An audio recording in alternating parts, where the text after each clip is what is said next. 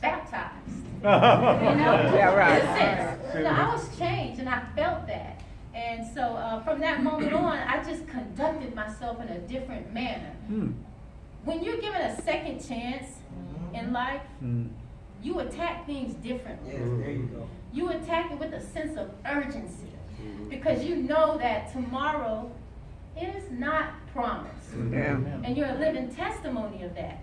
Now, I gave you all of my history for a reason, because everything that I went through, from being in an abusive household, seeing my mother beaten by my father, from coming up in a very humble beginnings, from having a near-death experience, all of those things made me who I am today. The person that's standing in front of you right now is a culmination of those events. Now, as tragic as some of them may seem, like I said, when I came out of that water, I was changed.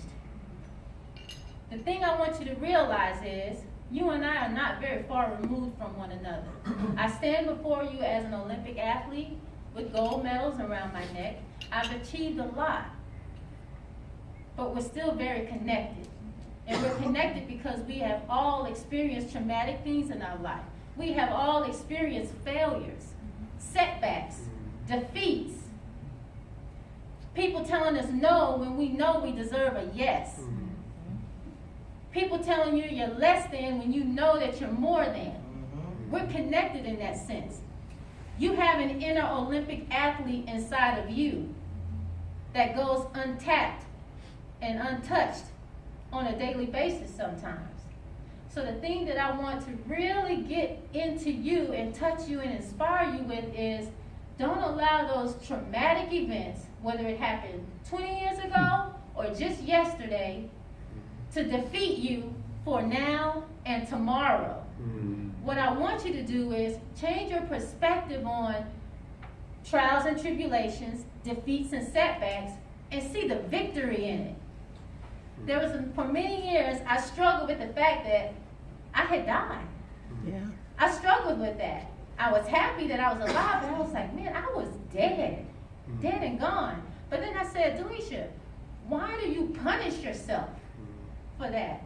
Celebrate that. There was a victory in that struggle that you were going through in that pool to survive.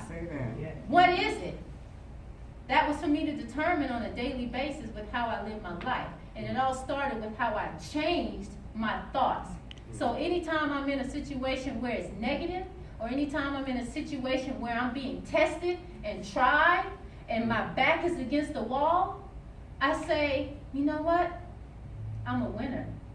And I'm going to come through this. And this struggle is only momentary.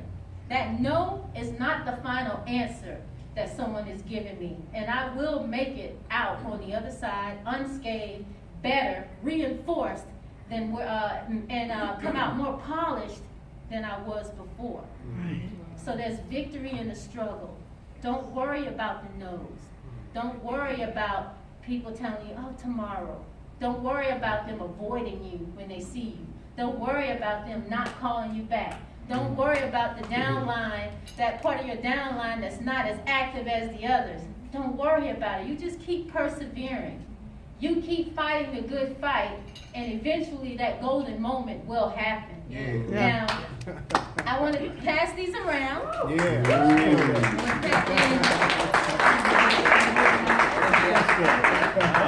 Now, this is what I want you to do. While you have that gold medal in your hand, I want you to feel the weight of it. I really want you to concentrate on just how heavy it is.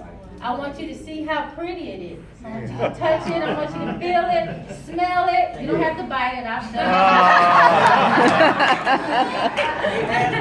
it. It's been bit. Yes, it has. But I want you to really take a moment and just embrace everything that medal stands for. The obvious things that it stands for, what? Victory, right? Accomplishment, right? But it also symbolizes defeat. It also symbolizes failures, sacrifice, solitude, loneliness. All of that is embodied in that gold medal. The history behind why they made it gold and that particular weight, I don't know, but I appreciate them for that, because every time I put it around my neck, everything that I've been through to get that at the end of a 4-year journey is symbolized in that circle. All of the blood, sweat, and tears, as cliche as it may sound, is so true. And it's no different from you, everything that you go through on a daily basis. I wish I had enough money to buy millions and millions of gold medals to give to people on a daily basis for surviving the moment, their moments of defeat. Because everybody deserves that. But the best thing that I could do is use the gifts that God has given me to bless others with.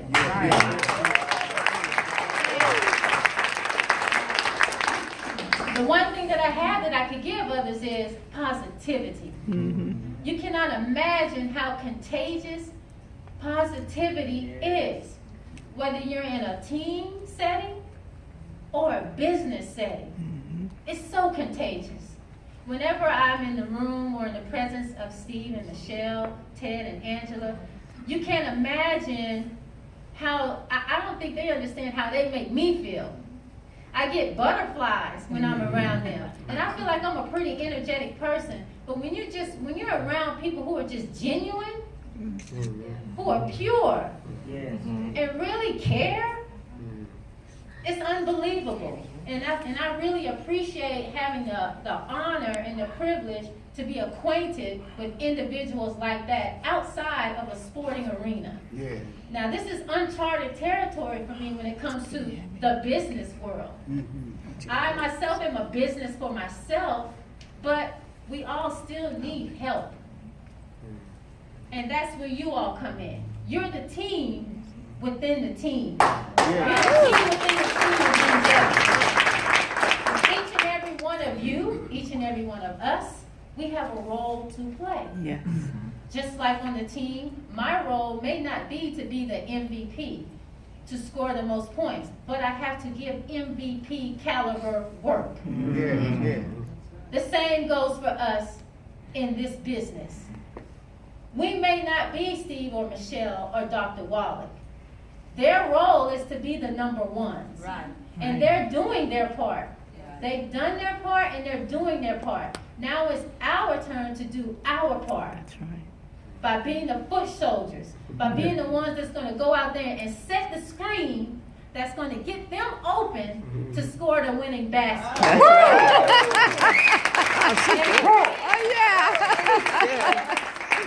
They won't be the ones just getting the glory.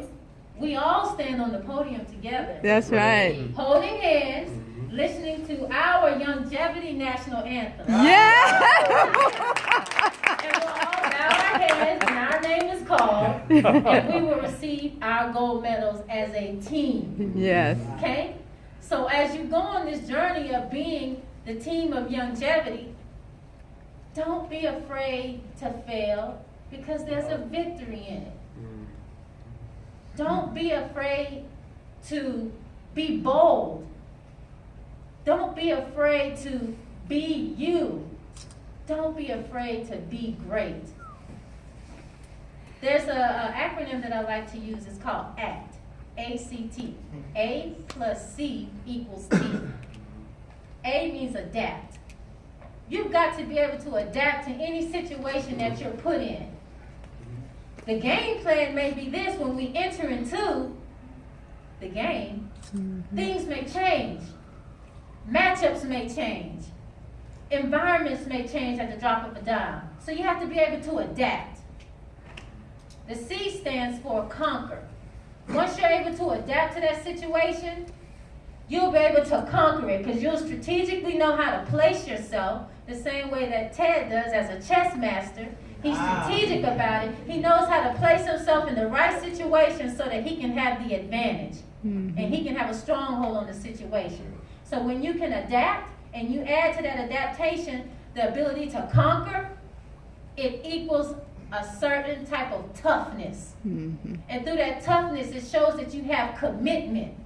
And when you're committed to something and you're vested in it, as you all are vested into Youngevity and into the success that it not only brings the company, but it brings you as an individual, miraculous things happen. Yes. So I want you all to stay encouraged in that regard.